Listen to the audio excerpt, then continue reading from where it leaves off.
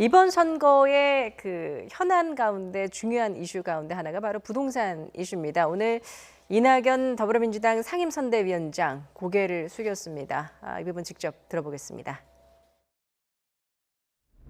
저희가 부족했습니다.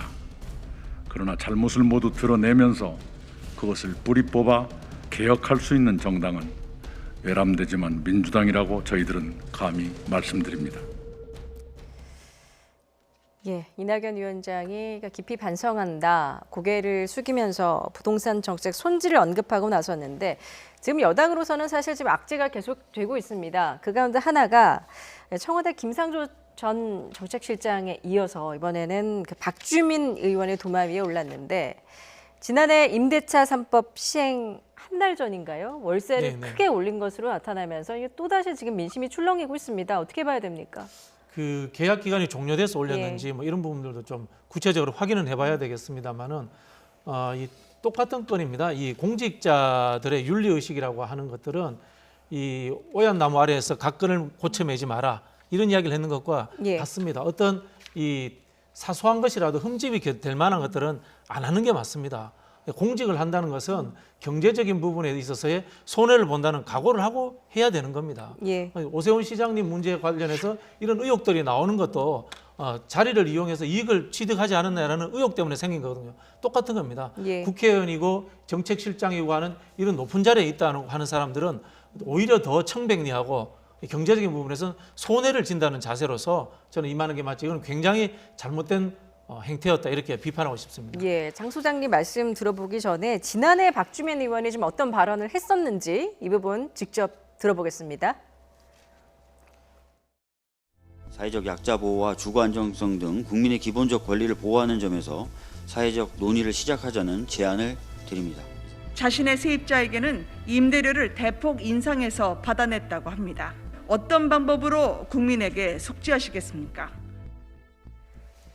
예, 박주민 의원 사실 임대차 3법 그 발의를 좀 주도했던 인물이기 때문에 더욱 국민들의 배신감이 클 것 같습니다. 대표 발의했고요. 그때 발의하고 처리되면서 하늘이 두 쪽 나도 이 5%를 넘겨서는 안 된다라고 본인이 강력하게 주장을 했던 분이에요. 이 방송 중에 이런 표현이 적절할지 모르겠지만 박주민 의원은 참 나쁜 사람 같습니다. 본인이 약속한 거잖아요. 근데 본인 스스로 어겼어요. 그것도 시행되기 한 달 전에 이런 식의 일을 했습니다. 이게 양심이 있습니까? 이것은요, 후안무치하고 정말 이거는 어떻게 표현해야 될지 모르겠는데 의원으로서 자격까지 한번 다시 생각해 봐야 되는 것이 아니냐라는 생각이 듭니다. 국민들한테는 5% 이상 받지 마세요라고 목 조르듯이 강행했잖아요. 이 법이요, 여당이 강행 처리했어요. 그랬는데 본인은 지키지 않았다? 이러한 일이 어떻게 벌어집니까? 그러면서 본인은 약자를 보호하는 정치인이다라고 계속 항변을 합니다. 어떻게 믿습니까? 이런 정당이 있는 민주당의 후보, 박영선 후보를 어떻게 국민이 지지를 합니까? 그러니까 그냥 내구똥땅 계속 얘기하지 마시고요. 이렇게 하루에 한 건씩 사고를 치는 민주당 의원들을 제대로 단속하는 게 지지율을 높이는 지름길이다라고 말씀드립니다. 예, 박주민 의원은 좀 어떻게 해명을 했는지도 살펴보도록 하겠습니다.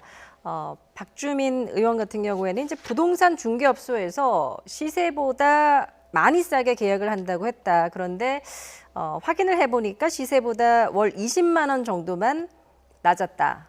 그리고 주거 안정 등을 주장했음에도 꼼꼼히 챙기지 못했다라고 해명을 했습니다. 그냥 한마디만 좀 더 드릴게요.